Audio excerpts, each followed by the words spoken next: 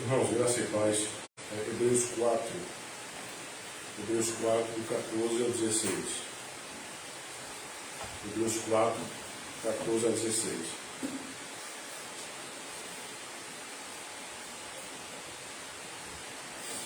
Hebreus 4, 14 a 16.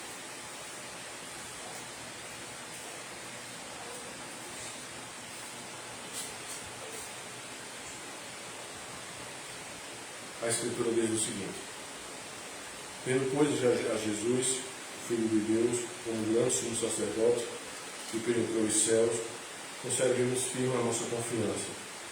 Porque não temos sumo sacerdote que não possa compadecer-se das nossas fraquezas, antes, por ele tentar em todas as coisas da nossa semelhança, mas sem pecado. Acheguemos-nos, portanto, confiadamente junto ao trono da graça, a fim de recebermos misericórdia e acharmos graça para socorro em ocasião oportuna. A gente vai estar vendo esse texto hoje, irmão. Mas antes vamos orar, né? Senhor Deus que está no céu, nós te rogamos, ó Pai, que o Senhor nos abençoe, que o Senhor, Pai, nos proteja de todo mal, que o Senhor perdoe nossos pecados, ó Deus, que o Senhor traga, Pai, teus filhos, os que o Senhor decretou que haveria de subir a tua casa hoje em paz. Que o Senhor também vai abençoar, Deus, as reuniões de oração e doutrina amanhã, lá em Camaragibe e em Prazeres. Abençoa, Pai, a igreja aqui em Arthur. Tudo te rogamos, ó Deus, em nome de Jesus. Amém, Pai. Vamos tentar pegar as pastinhas.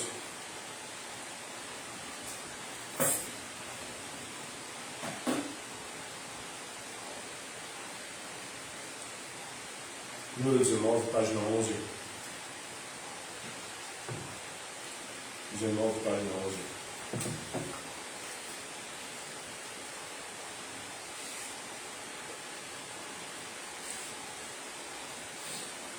A lei do Senhor é perfeita e restaura a alma.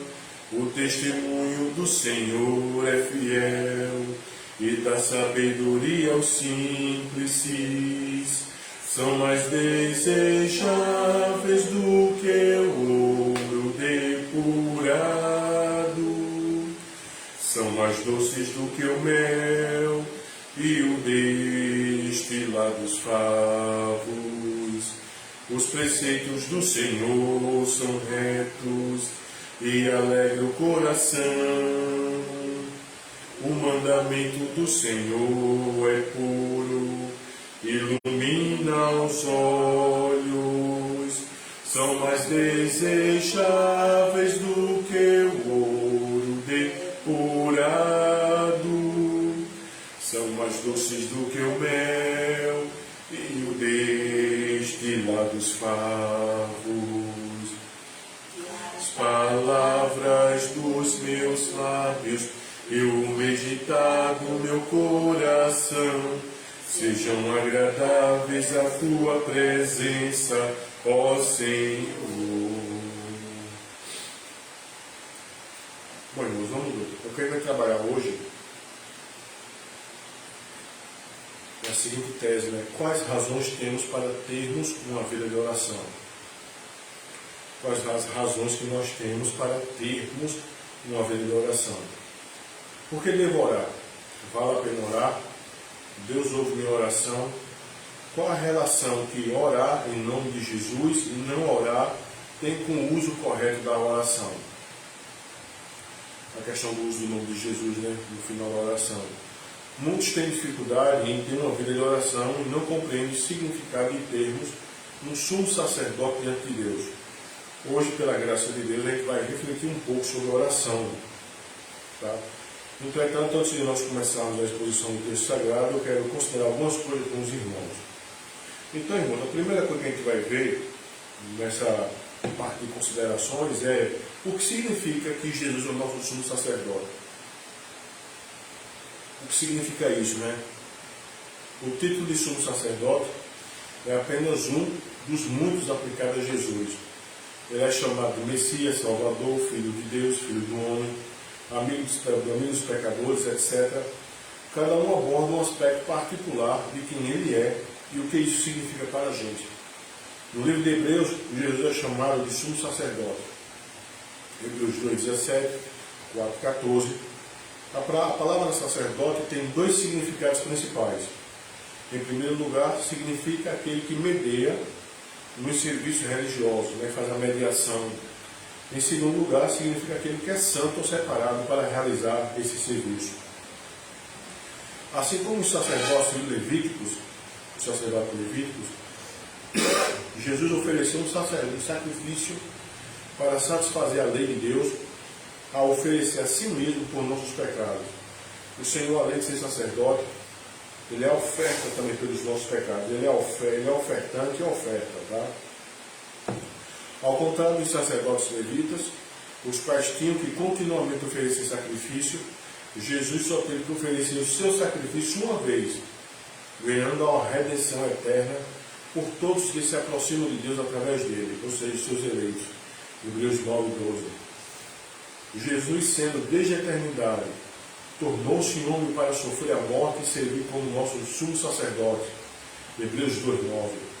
Como homem, ele estava sujeito a todas as fraquezas e tentações, as quais somos, a fim de poder pessoalmente se relacionar conosco em nossas dificuldades. Hebreus 4:15. E Jesus é maior do que qualquer outro sacerdote, por isso é chamado de nosso grande sumo sacerdote. Hebreus 4:14. Porque nos dá a coragem de vir ao trono da graça com toda a confiança, a fim de receber misericórdia e encontrar graça que nos ajude no momento de necessidade. Hebreus 4:16. Bom, irmãos, depois de considerar tudo isso, será que as Escrituras estabelecem razões para que a gente tenha uma vida de oração? Sim. Então vamos ver. Irmãos, no verso 14, a primeira razão que a gente vai trabalhar, e pode fazer perguntas, não? A primeira razão é porque Jesus é o nosso sumo sacerdote. Vamos ver o verso 14 de novo. A Escritura diz o seguinte: tendo, pois, a Jesus, o Filho de Deus, como grande sumo sacerdote, que penetrou os céus, conservemos firmes a nossa confissão. Jesus é o nosso sumo sacerdote. Certo? Então, quando a gente vê essa questão aqui, dele ser o sumo sacerdote nosso, a gente tem algumas coisas que a gente precisa ver aqui. Que a gente vai ver nesse texto aqui, no verso 14, Hebreus 4:14. Primeira coisa, ele é o sumo sacerdote, o grande sumo sacerdote. Segunda coisa, ele penetrou os céus, certo? E por causa disso, nós devemos conservar firme a nossa confiança. São três coisas que o verso 14 vai apresentar, certo? Bom, como a gente já viu, a questão do sumo sacerdote, o sumo sacerdote, irmão, ele entrava no Santo dos Santos uma vez por ano, certo? Lá em Levítico 16 vai dizer todo o ritual que ele fazia. Ele entrava no Santo dos Santos uma vez por ano, e ele entrava com sangue por si e por sua família, que era o sangue de um touro novo, um novilho, e ele entrava também com sangue do bode que era destinado a morrer. Nesse dia da expiação, que o tema é Yom Kippur, se colocava diante de Israel, lá de frente da entrada do santo lugar, do pátio, 2 bodes. Um bode, aí havia uma sorte, era lançada. Um bode haveria de morrer, outro bode deveria ficar vivo, para quando terminasse todo o cerimonial, ele ser levado para o deserto. Então, com o sangue desse bode que morreu, o sumo sacerdote primeiro entrava com o sangue de um novilho, que era por ele e por sua família. Ele entrava, ele aspergia, mas antes dele entrar propriamente dito, ele acendia um incenso, certo? E ele aspergia lá a tampa do propiciatório, com o sangue do touro, por ele e pela sua família. Depois ele voltava, pegava o sangue do bode e entrava. O sangue do bode era destinado a todo Israel, certo? Nesse dia ele usava sua roupa especial, certo? Nessa roupa tinha um peitoral onde tinha as 12 pedras que representavam as 12 tribos de Israel. E ele, como sumo sacerdote, ele estava representando Israel diante do Senhor. A tampa do propiciatório, né, você tinha a arca, você tinha a tampa, certo? Que era a tampa da arca, né, ali era a tampa do propiciatório. E nas extremidades de cada tampa, 2 querubins com as asas abertas e com o rosto voltado, olhando para a tampa. Ou seja, ali, simbolicamente, era a representação do assento de Deus, tá? Do trono do Senhor. Dentro da arca ficava as tábuas da lei, um pote com maná e o cajado de Arão que floresceu. Ficava dentro da arca. Então ele faz esse ritual. Mas ele faz esse ritual todo santo ano. Quando ele sai ali lá, então agora ele fazia o ritual com o bode que tinha ficado vivo. Ele colocava a mão na cabeça lá do bode que estava vivo, e de uma forma simbólica, os pecados que tinham sido expiados, entendeu? Agora eram transferidos para aquele bode, e aquele bode era levado por uma pessoa específica. Isso tudo era uma grande liturgia, por uma pessoa específica para o deserto. Tá? Então, e você vai ver isso lá em Levítico 16. Certo? Então, olha só, a Escritura vai dizer que Cristo é o nosso sumo sacerdote. Então, da mesma forma como o pessoal do Antigo Testamento tinha um sumo sacerdote que só entrava uma vez por ano, mas tinha que fazer todo esse ritual, Jesus é o nosso sumo sacerdote. A Escritura vai dizer que ele só entrou uma vez, né, com o seu sangue diante do Senhor. Então ele não precisa estar entrando com sangue alheio, entendeu? Ele não precisa. Porque a sua oferta, o seu sangue que ele derramou, o seu sacrifício é perfeito. Não era imperfeito como era o do sumo sacerdote, entendeu? Porque como a Escritura vai dizer, sangue de touros e novilhas não pode purificar os pecados. Agora, a verdade é que Deus aceitava esse ritual porque isso era símbolo. Isso apontava para o que Cristo ia fazer. Certo? Então, olha só. Cristo é o nosso sumo sacerdote. Certo? E Cristo, ele penetra os céus. Por algum exemplo, por que Cristo não poderia ser sumo sacerdote e penetrar o templo? Porque só quem poderia penetrar o templo, como sumo sacerdote, eram os descendentes de Levi. Todo sumo sacerdote era um descendente de Levi. Cristo não descendia da tribo de Levi. Cristo descende da tribo de Judá. Certo? Então, por descender da tribo de Judá, Cristo, na perspectiva humana, ele não era sacerdote. Mas Cristo, na perspectiva celestial, Cristo, na perspectiva como o sumo sacerdote perfeito, ele é da tribo de Judá e ele é da ordem de Melquisedeque. Certo? Da ordem de Melquisedeque. Então, observa, Cristo vai entrar no santuário celestial, tá? Lá em Hebreus capítulo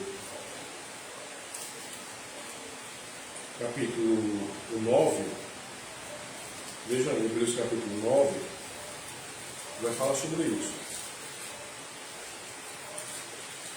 Hebreus capítulo 9 vai falar sobre isso.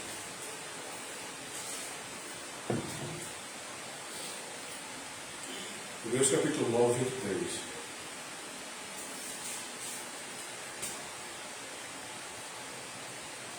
Era necessário, portanto, que as figuras das coisas que se acham nos céus se purificassem com tais sacrifícios, mas as próprias coisas celestiais com sacrifícios a eles superiores. Porque Cristo não entrou em santuário feito por mãos humanas, figura do verdadeiro, porém no mesmo céu, para comparecer agora por nós diante de Deus. Nem ainda para se oferecer a si mesmo, muitas vezes, como sumo sacerdote, cada ano entra no Santo dos Santos com sangue alheio. Ora, nesse caso seria necessário que ele tivesse sofrido muitas vezes desde a fundação do mundo. Agora, porém, ao se cumprir os tempos, se manifestou uma vez por todas, para aniquilar pelo sacrifício de si mesmo o pecado. Então, observe, o Senhor Jesus, ele entra no santuário que há no céu. Certo? E nesse santuário que há no céu, o Senhor fez a purificação, tá? Já que ele está representando pelos nossos pecados. Essa questão da purificação é interessante, porque da mesma forma aqui, qual é a necessidade do sangue ser aspergido? certo? Porque havia também a purificação do próprio templo, porque aquele templo ali, o santo lugar, o santo dos santos, o próprio altar que fazia o sacrifício, entendeu? Eles se tornavam contaminados, não o santo dos santos, mas eles se tornavam contaminados, o local lá, o altar, então tinha que ter a purificação. Tá? E outra coisa, quando o sumo sacerdote entrava no santo dos santos, mesmo com sangue pela sua própria família, e mesmo com sangue por todo Israel, certo? Mas mesmo ele entrando com isso, era um homem sim, pecador, falho, que estava entrando. Ele não era um homem perfeito. Até então que todo santo ano ele precisava repetir aquele mesmo ritual. O Senhor Jesus ele vai entrar no Santo dos Santos, no templo celestial, e ele vai fazer, como diz o próprio coxo, entendeu? A purificação por tais sacrifícios, certo? De forma definitiva. Tá? De forma definitiva. Então, olha só, vamos ver outro texto. É interessante essa questão que a gente vê aqui. Pedi para os irmãos irem para Paris. Deixa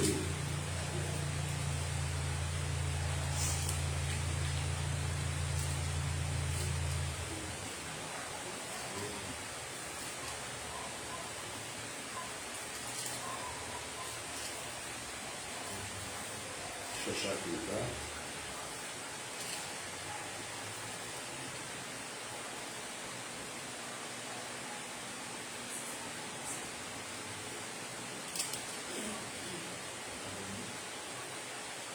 Êxodo 25, 40.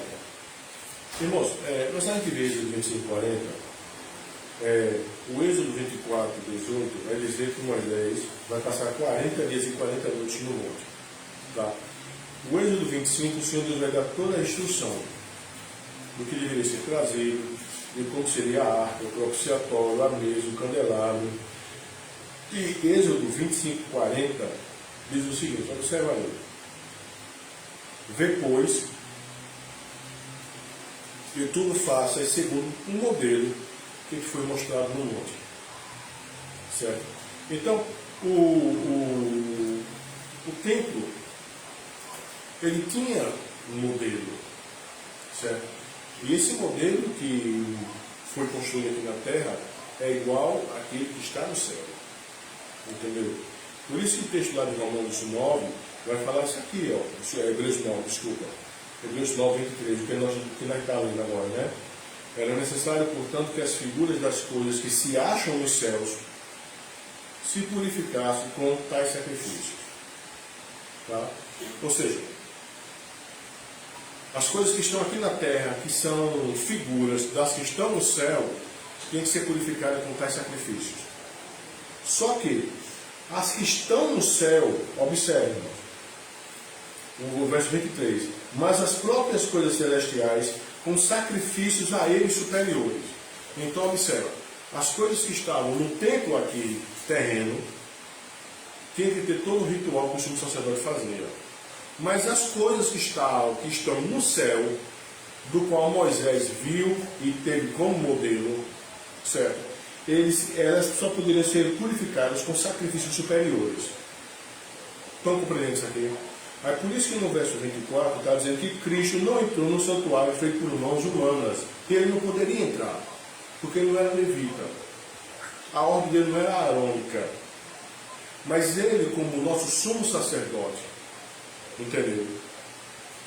E da ordem de Melquisedeque, ele entra em que tabernáculo? Em que templo ele entra? Em que santo dos santos ele entra?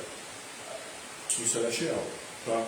Então observa, porque Cristo não entrou em santuário feito por mãos, figura do verdadeiro, porém no mesmo céu, para comparecer agora por nós diante de Deus. Então o que é que aconteceu aqui?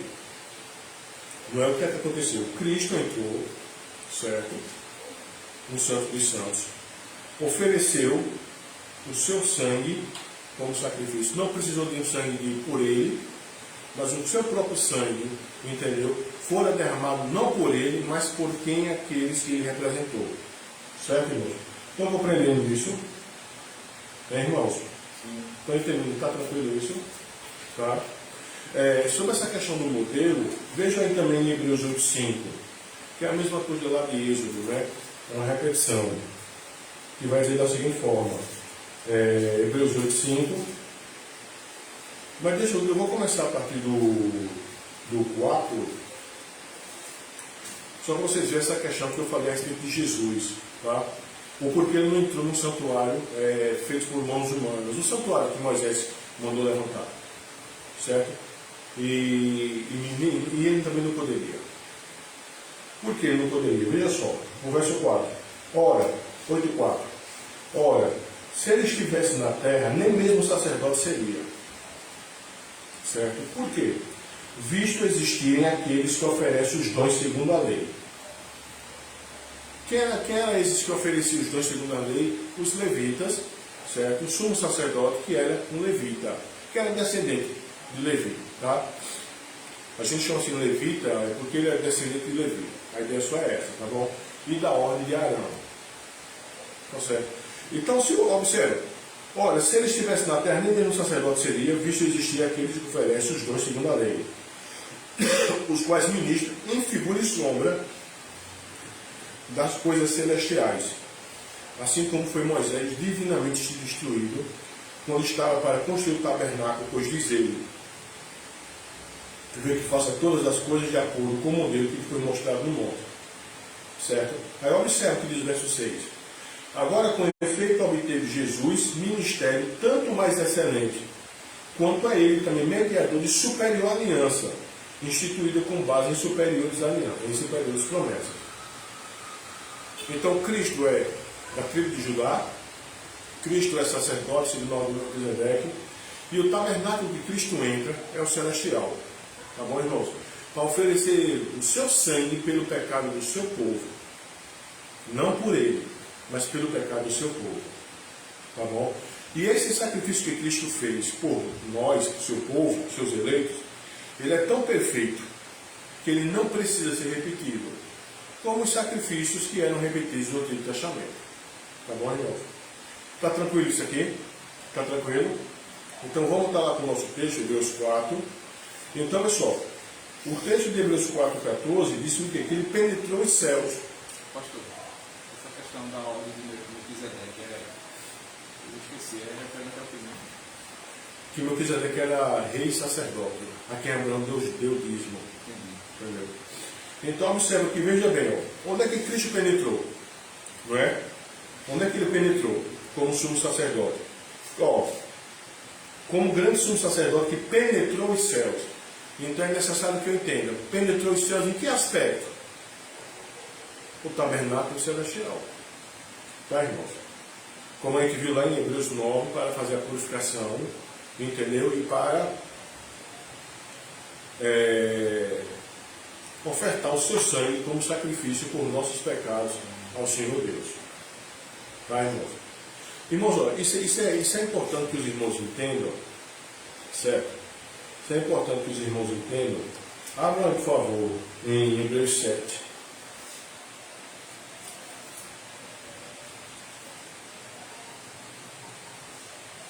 Hebreus 7, 23. Abram aí, Hebreus 7, 23.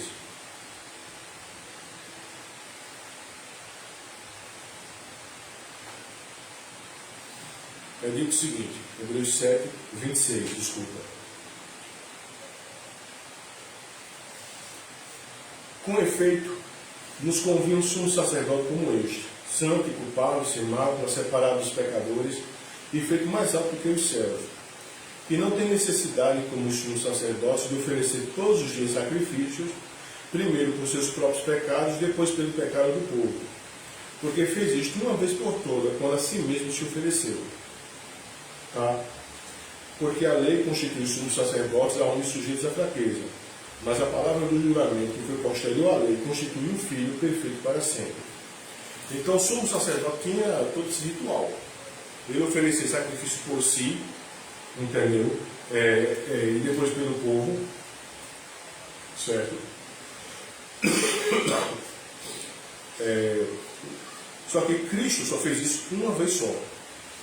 Tá? Então é por isso que o texto lá de Hebreus 4,14 fala que ele penetrou os céus. Tá bom, irmão? Eu tive um aluno que me fez uma pergunta bem interessante. Ele fez a seguinte pergunta: se nós somos eleitos, por que Cristo teve que morrer pelos nossos pecados? Aí eu falei, porque a eleição seria o decreto de Deus em nos separar para a salvação. Isso é eleição. A predestinação é o destino que nós, que fomos eleitos, que fomos separados, teríamos. Só que, como é que Deus executou esse decreto? Como é que Deus fez isso? Deus decretou criar, entendeu? Depois, obviamente, ele decreta eleger, decreta salvar, aí ele vai criar, ele vai encerrar todos debaixo do pecado, para usar de misericórdia com seus eleitos, entendeu? Que estão debaixo do pecado, porque eles estão todos debaixo do pecado, tá? E usa de misericórdia com esses seus eleitos, e somente para eles. Então, observa, nós somos eleitos sim, antes da eternidade, verdade o é. Mas nós somos pecadores. Nós somos descendentes de Adão. O Senhor Deus encerrou a todos debaixo do pecado para com seus eleitos, seu povo, dar misericórdia. Então veja bem, os nossos pecados precisavam ser expiados, precisavam ser cancelados, precisavam ser aniquilados, entendeu? E também a ira de Deus por nossos pecados precisava ser propiciada. Então, quando Cristo, nosso sumo sacerdote, ele entra, ele penetra os céus, numa vez por todas, ele vai interceder por nós diante de Deus. Aí é por isso que o finalzinho de Hebreus 4:14 diz o quê? Que nós devemos fazer o quê? Vejam aí, irmãos, Hebreus 4, o finalzinho do verso 14. Manda nós fazermos o quê? Conservemos firmes a nossa confissão. Entendeu? Por isso que ele manda nós conservar firme a nossa confissão. E qual é a nossa confissão? Jesus Cristo é nosso sumo sacerdote. Ele entra no tabernáculo celestial uma vez por todas, com sangue, com seu sangue, não por si, mas pelo seu povo. Certo? E porque esse sacrifício é perfeito, porque esse sumo sacerdote é perfeito, sem pecado, Deus aceitou esse ato litúrgico que ele, como sumo sacerdote, fez por nós. Então, a primeira coisa que a gente tem que entender de Cristo como sendo sumo sacerdote é isso. Tá? Então, olha só. E qual a importância disso para a gente? Vamos lá. Por que o mediador tem que ser Deus? Era necessário que o mediador fosse Deus para poder sustentar a natureza humana, guardá-la de cair debaixo da ira infinita de Deus e do poder da morte, para dar valor e eficácia aos seus sofrimentos, obediência e intercessão, e para satisfazer a justiça de Deus, conseguir o seu favor, adquirir um povo peculiar, dar a esse povo o seu espírito, vencer todos os seus inimigos e conduzir à salvação eterna. Então, observa, Cristo, sumo sacerdote, perfeito, não precisou entrar com sangue por si mesmo, porque ele não tinha pecado. O sumo sacerdote humano tinha que entrar porque ele tinha pecado. Cristo não. Cristo, o sangue que Cristo entra não é do animal, mas é o seu próprio sangue, que ele derramou pelo seu povo, os seus eleitos. Irmão, se Cristo tivesse morrido por todo mundo, a ira de Deus por todo mundo estaria afastada. Entende? Os pecados de todo mundo seriam cancelados. Aí você teria uma espécie de universalismo. Compreende? Porque, pessoal, irmão, a eficácia do sacrifício não está no penitente. Entendeu? Em quem trouxe o sacrifício, por exemplo. A eficácia do sacrifício, no caso de Cristo, está em Cristo, por ele não ter pecado, está no seu sangue, porque ele é a oferta para Deus pelo pecado do seu povo, e está para quem ele está morrendo. Então, se Cristo tivesse morrido por todo mundo, o Pai sim salvaria a todos. Por quê? Porque o pecado de todos seria expiados e cancelados. Expiados, cancelados, e a ira seria afastada. Como Cristo morre pelos seus eleitos, certo? Lá em Mateus 26, né? Efésios 5:2, Efésios 5:25 por diante, certo? Como ele morre pelos eleitos, entendeu? O pecado do povo de Deus, ele está cancelado, por isso que nós não vamos ao inferno, certo? E a ira de Deus, a ira judicial de Deus, ela foi afastada, ela foi derramada em Cristo. Estou compreendendo, irmãos?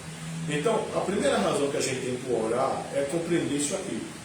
Cristo é o nosso sumo sacerdote. E quando a gente ora, por que é que Deus escuta nossas orações? Por que é que Deus escuta nossas orações? Por causa de Cristo. Entendeu? Ou seja, quando um santo ora, essa oração o Pai ouve, deixa eu colocar desse jeito. Porque lá você tem um pouquinho do sangue de Cristo sobre você.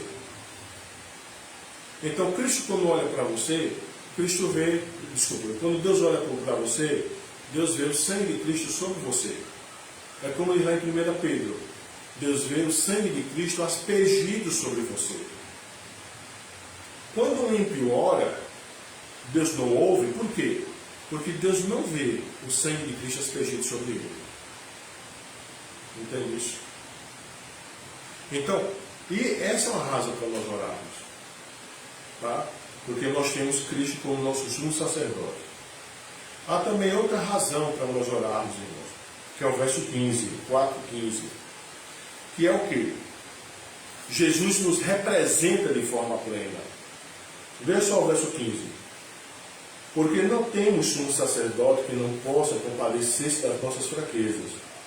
Antes foi ele tentado em todas as coisas, a nossa semelhança, mas sem pecado. O que é que o verso vai dizer? Primeiro, o nosso grande sumo sacerdote se compadece da nossa fraqueza. Porque nos representa.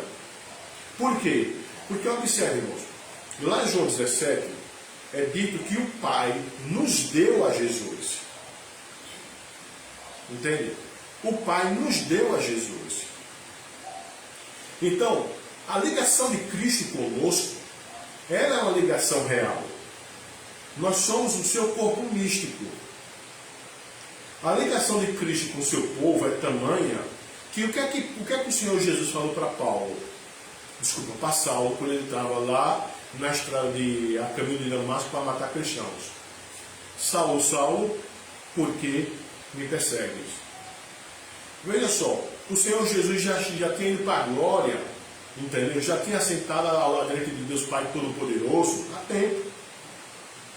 Mas quando o Senhor se manifesta a Saulo, ele diz o seguinte: por que me persegues? Veja, irmãos, o tamanho da identificação de Cristo conosco. Entende? Então, é baseado nessa identificação. É baseado no fato de nós sermos de Cristo. Entendeu?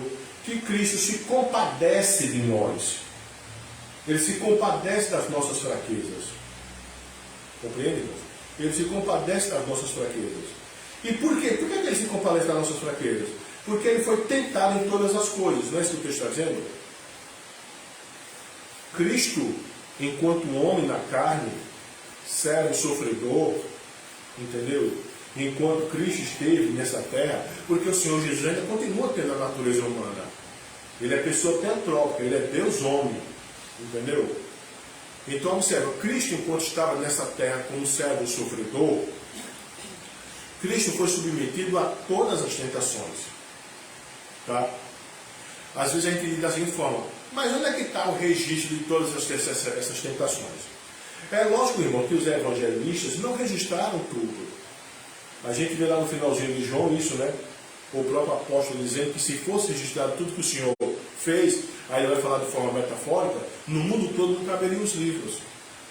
Ou o que ele está querendo dizer com isso é o quê? Que houve muita coisa que o Senhor fez que não foi registrado.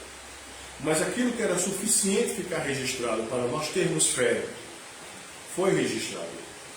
Então, Hebreus vai dizer que ele foi tentado em todas as coisas.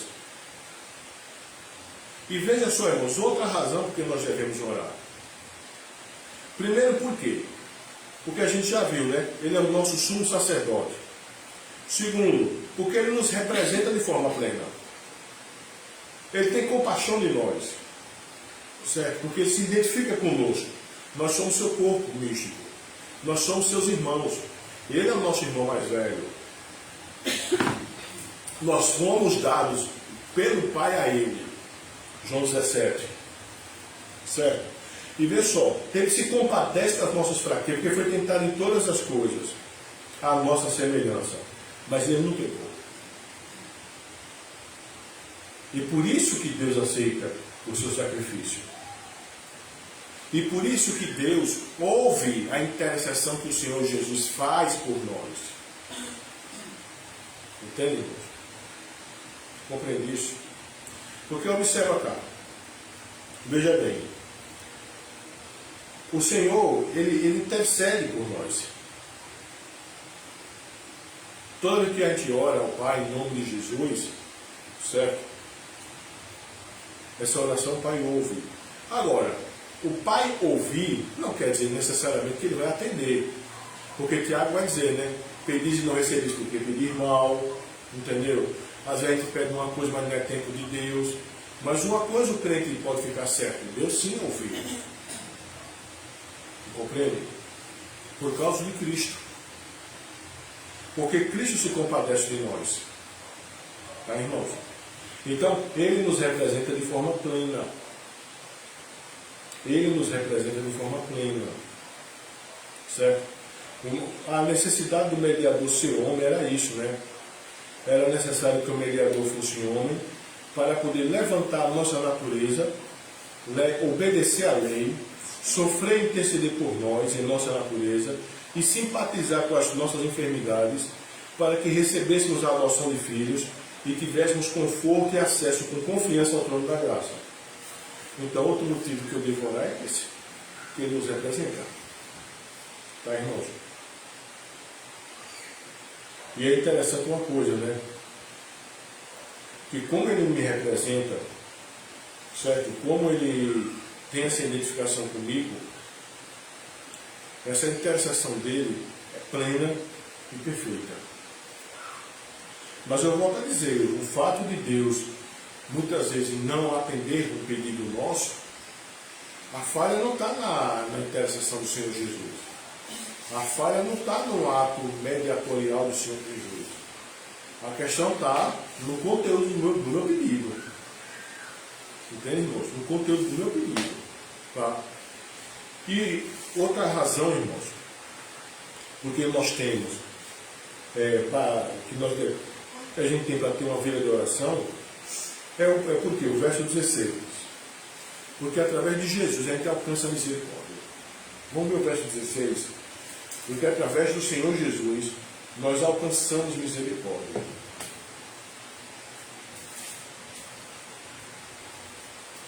Ó, o texto falou que Cristo é o nosso sumo sacerdote.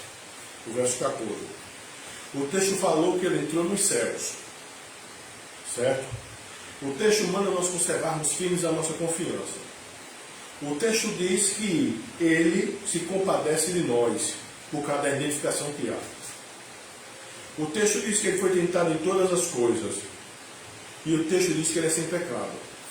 Então, depois que o autor aos Hebreus faz toda essa argumentação, ele vai dizer, acheguemos-nos, portanto, confiadamente, junto ao trono da graça, a fim de recebermos misericórdia e acharmos graça para socorro em ocasião oportuna. Ele manda nós nos achegarmos, certo? Manda nós nos achegarmos a Ele, tá? Por que Ele manda a gente se achegar, irmão, para Ele? Por quê? Porque Ele manda nós nos achegarmos confiadamente. Às vezes o crente não ora porque o crente não entende essa teologia. O crente não entende o que significa sumo sacerdote. O crente não entende o sacrifício de Cristo. Mas a gente está vendo justamente isso, irmãos, hoje. Tá? Então, aquela razão, por que é que eu vou orar? Meu irmão, você vai orar porque você tem um sumo sacerdote. Você vai orar porque você tem um Pai, Deus Pai Todo-Poderoso, entendeu? Que vai ouvir sua oração, que vai ouvir sua prece por causa de Cristo. Você deve orar porque você tem um sumo sacerdote que já foi homem, servo, sofredor, ele ainda continua sendo Deus homem, tá? Mas quando ele já foi homem, no sentido dele ser servo, sofredor, ele já passou por essa terra, entendeu? Ele foi tentado, ele padeceu, ele morreu numa cruz por nossos pecados, certo? E observa, por causa de tudo isso, a Escritura manda que você se achegue a Ele confiadamente junto ao trono da graça. Vocês estão lembrados que eu falei que lá no Santo dos Santos, aqui na terra, a tampa do propiciatório era a tampa, né? A tampa da arca era o trono de Deus. Os querubins olhavam para baixo, entendeu? As asas cobrindo, que é toda uma representação simbólica do trono do Senhor. Então veja bem, acheguemos, portanto, confiadamente junto ao trono da graça. Por causa de Cristo, nós podemos entrar no Santo dos Santos. Ele é o novo e vivo caminho. Por causa de Cristo, nós podemos chamar Deus de Pai. Romanos capítulo 8 diz que nós não recebemos o espírito de escravidão, e sim o espírito de adoção, pelo qual clamamos Abba Pai. Por causa de Cristo, a gente pode chegar a esse trono. Por causa de Cristo, irmãos, a gente, depois que chega nesse trono, a gente vai receber o quê? Veja aí o texto, a gente vai receber o quê? O 8,16, é o 4,16. Bem, irmãos, a fim de recebermos o quê? Misericórdia. Certo? A fim de receber misericórdia e achar graça. Misericórdia e graça. É o que a gente vai receber. Mas o verso 16 tem um termo bem interessante. Acharmos misericórdia, recebermos misericórdia e acharmos graça para socorro em ocasião oportuna. Socorro em ocasião oportuna. Essa ideia aqui, irmão, da graça e da misericórdia, ela vai vir, irmãos, quando nós, de fato, de verdade, precisarmos dela. Então, por exemplo, vê só, o crente está passando por um momento de aperto. O crente está passando por um momento complicado na vida dele. O crente está passando por um momento de doença, um momento de desemprego, um momento que qualquer um de nós pode passar. As pessoas, nesse momento, ao invés de elas orarem, muitas se afastam da igreja, muitas ficam revoltadas. E é justamente nesse momento que você está precisando de graça, que é o momento oportuno, né? Que é o socorro em ocasião oportuna, que Deus, por sua graça, Deus, por causa de Cristo, vai conceder a você misericórdia e graça. Então você vê, né? O crente deveria orar. O crente deve ter sim uma vida de oração. Porque Cristo é o sumo sacerdote, entendeu? Dele. Porque Cristo nos representa de forma plena. E porque através de Cristo a gente alcança misericórdia e graça. Estão compreendendo, irmãos? A gente alcança misericórdia e graça por causa de Cristo. Por causa de Cristo a gente tem sim as nossas necessidades supridas. Agora, o que acontece às vezes também da seguinte forma: certas pessoas dizem da seguinte maneira: eu já orei muito a Deus e não tive muito resultado. Aí perde a prática da vida de oração. Mas essas pessoas que pensam assim deveriam também pensar da seguinte forma: por que é que Deus não concedeu o seu pedido? Será que a falha está em Jesus? Não, irmãos. Será que Deus aqui, será que Jesus não se compadeceu de você? Não. Será que essa graça e essa misericórdia, ela foi retirada? Não. A gente olha e os pedidos não são aceitos porque nós pedimos maus. Ou então, porque não é o tempo de Deus de dar. Entende? Então a gente precisa ter essa perspectiva na cabeça. nós devemos ter vida de oração por tudo isso. E o verso 15 tem essa ordem, né? Achegue-se confiadamente. Achegue-se. Entendeu? Venha. Tenha vida de oração. Irmãos, como é que Cristo exerce as funções de sacerdote? Né? Que a gente está falando sobre isso. Cristo exerce as funções de sacerdote, como eu já falei, né? Oferecendo-se a si mesmo uma vez em sacrifício sem mácula a Deus, para ser a reconciliação pelos pecados do seu povo e fazer contínua intercessão por ele. Você sabia disso? Que Cristo continua intercedendo por você? Como faz Cristo a sua intercessão? Cristo faz a sua intercessão apresentando-se em nossa natureza continuamente perante o Pai no céu, pelo mérito de sua obediência e sacrifício cumpridos na terra, declarando-se a sua vontade que seja aplicado a todos os crentes, respondendo a todas as acusações contra eles, adquirindo-lhe paz de consciência, não obstante as faltas diárias, dando-lhe acesso com confiança ao trono da graça e aceitação das suas pessoas de serviço. Está lá no nosso catecismo. O Senhor continua assim fazendo intercessão por nós. Tá, irmãos? Agora, quais são os benefícios que Cristo adquiriu pela sua mediação? Cristo, pela sua mediação, adquiriu a redenção, juntamente com todos os mais benefícios do pacto da graça. Como nos tornamos participantes dos benefícios que Cristo adquiriu? Tornamos-nos participantes dos benefícios que Cristo adquiriu pela aplicação deles a nós, que é especialmente a obra do Espírito Santo. Vale a pena orar, irmãos. E o que é orar em nome de Cristo? Não é? Orar em nome de Cristo é em obediência a seu mandamento e em confiança nas suas promessas, pedir a misericórdia por amor dele, não por mera menção do seu nome, porém derivando o nosso ânimo para orar, a nossa coragem, força e esperança de sermos aceitos em oração de Cristo e sua mediação. Então, fazendo uma síntese, não é, do nosso sermão estudo, por que a gente deve ter uma vida de oração? Porque Jesus é o nosso sumo sacerdote, penetrou os céus, certo? E há uma ordem que nós devemos preservar essa nossa confiança, porque Ele nos representa de forma plena, Ele se compadece da nossa fraqueza, porque Ele foi tentado em todas as coisas. Há uma identificação de Cristo conosco, entendeu? Porque nós somos dados ao Pai, a Ele, certo, irmãos? E porque através de Jesus, irmãos, a gente vai alcançar graça e misericórdia, tão necessário para as nossas vidas. Graça e misericórdia. Então, por causa disso, sim, nós devemos ter uma grande oração.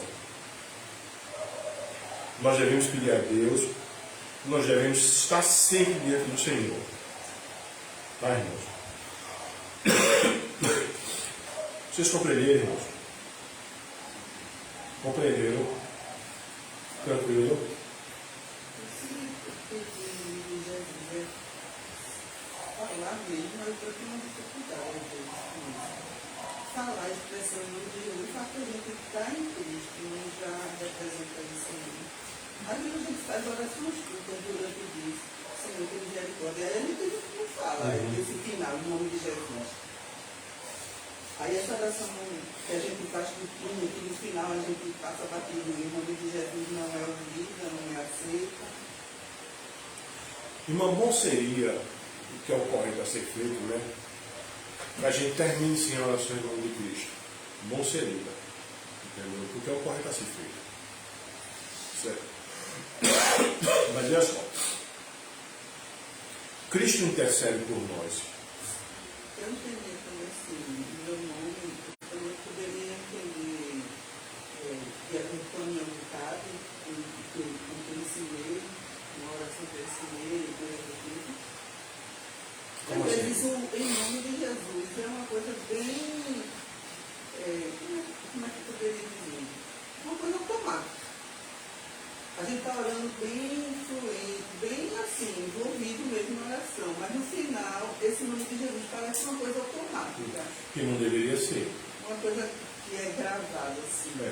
Porque a questão de ser em nome de Jesus é porque a oração tem um processo litúrgico dentro dela mesma, sabe? Por exemplo, a gente só deve orar quem é o Pai, por exemplo. Não é? A Escritura não nos autoriza e não nos ordena nós orarmos, por exemplo, ao Espírito Santo. Aí entra essa parte que você diz que ele é intercessor. Aí eu fico pensando, se ele é intercessor, eu preciso pedir a ele, para ele interceder, pedir ao Pai. Sim, porque o procedimento qual é esse? Então, mas aí você está dizendo que eu não posso orar a Jesus. Não. Por quê? Porque Jesus fala, entendeu?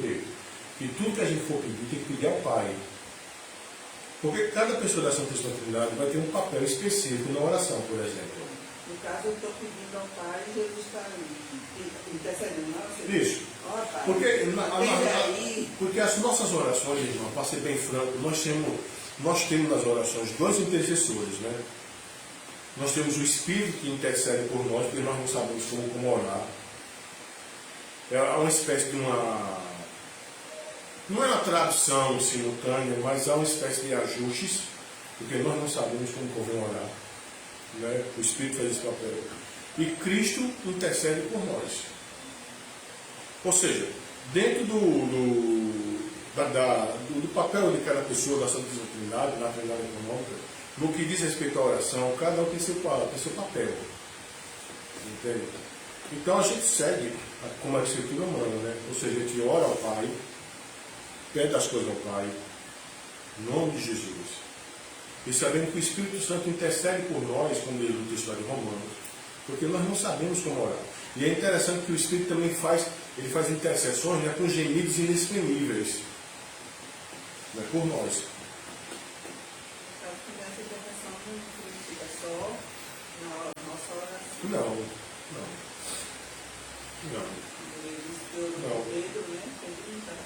Porque, por exemplo, aqui, ó, o catecismo ele tem uma coisa aqui, ó. Como é que Cristo faz essa intercessão?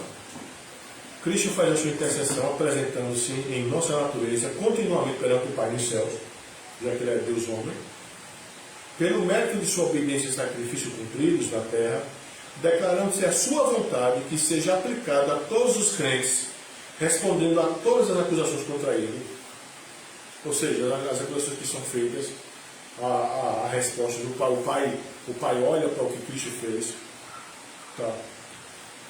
Cristo adquire paz para nossas consciências, apesar das faltas diárias nossas, né? Mas nós continuamos tendo acesso com confiança ao plano da graça.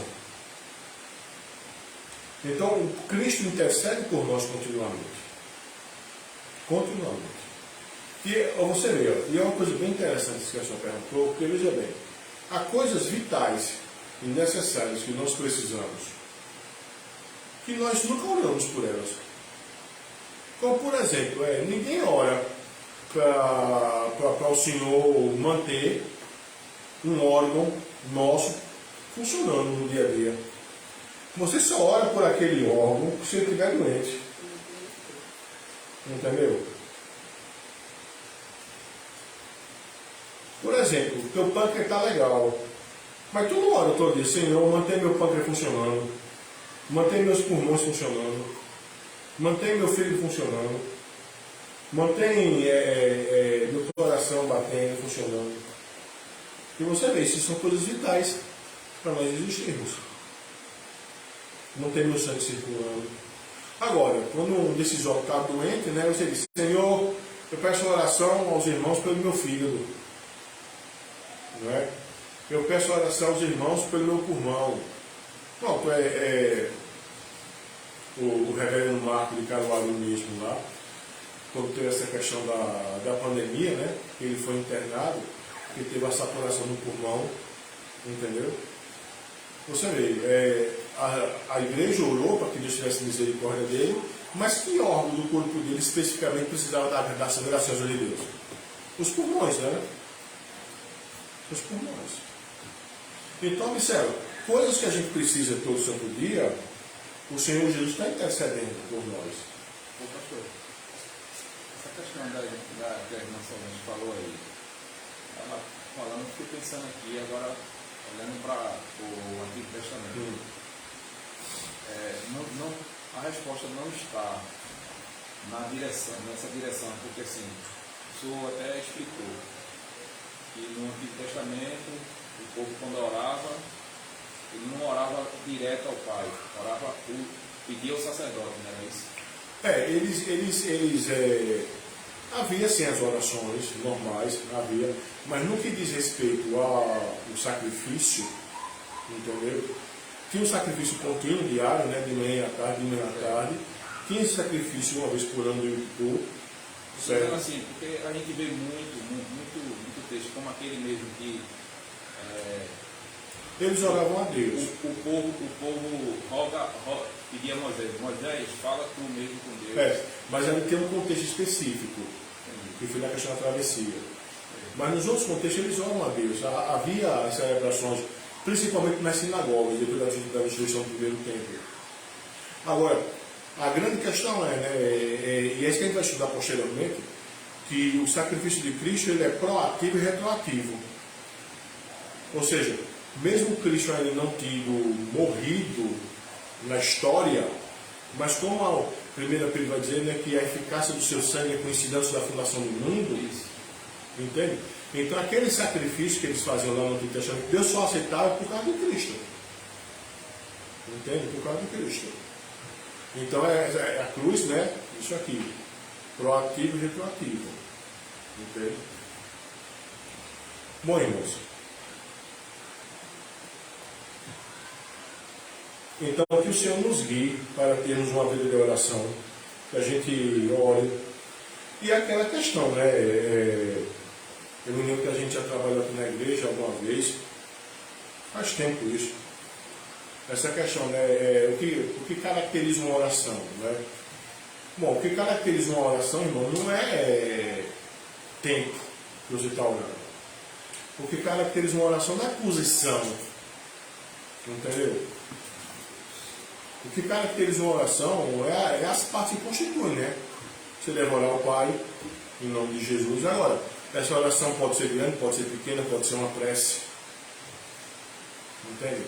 Agora, o correto, irmãos, é que a gente tenha, porque, no meu modo de ver, sabe, a problemática das pessoas terem uma vida de oração também se deve muito ao fato de elas não saberem da necessidade de ter uma vida de oração. Sabe? E quando elas compreendem que Cristo é o sumo sacerdote, quando elas compreendem que Cristo foi sustentado em todas as coisas, entendeu? Por ser possíveis para ele ser tentado, foi tentado em todas as coisas. Então, irmãos, por isso que ele pode se compadecer de nós. Tá? A oração, irmãos, é um meio de graça, que não deve ser desprezado. Tá? Então, irmãos, que o Senhor nos guie para termos uma vida de oração e que possamos compreender os benefícios da oração na vida do cristão. Que o Senhor nos ajude sempre a Ele toda a glória. Amém. Amém. Mari, vem para cá porque a gente vai orar, aí peço para a Mari fechar a transmissão. Vamos orar, irmãos. Senhor nosso Deus e Pai, nós queremos te rogar em nome do Senhor Jesus, que o Senhor, Pai, nos abençoe, que o Senhor, Pai, nos dê, Pai, essa consciência, Pai, esse entendimento que nós devemos ter sim uma vida de oração, porque o Senhor Jesus é o nosso sumo sacerdote, porque Ele se compadece de nós, nos representa dentro de Ti, e por causa disso, a ordem que nós devemos nos achegar ao trono da graça, para acharmos graça e misericórdia na ocasião oportuna. Que o Senhor nos ajude a compreender, que o Senhor tenha misericórdia dos teus servos, que o Senhor abençoe para a tua igreja aqui em Arthur, abençoe para os teus filhos. Também te peço, Pai, que o Senhor nos proteja, Pai, nesse período agora, Pai, da impiedade que vai estar se aproximando. Que o Senhor acampe teus anjos ao redor dos teus eleitos, ó Deus. Abençoa, Pai, teus filhos, ó Pai, aqueles que estão precisando. E peço, Pai, pela minha esposa que está lá no interior, a questão da cirurgia da minha cunhada, pela vontade que sai, que se resolva logo isso. Algo também, Pai, pelos teus filhos, ó Deus, porventura, Pai, houver que esteja necessitando, Pai, da tua misericórdia, da tua graça, que o Senhor nos ajude, Deus. Leva-nos para casa em paz, em nome do Senhor Jesus. Amém. Vamos fechar.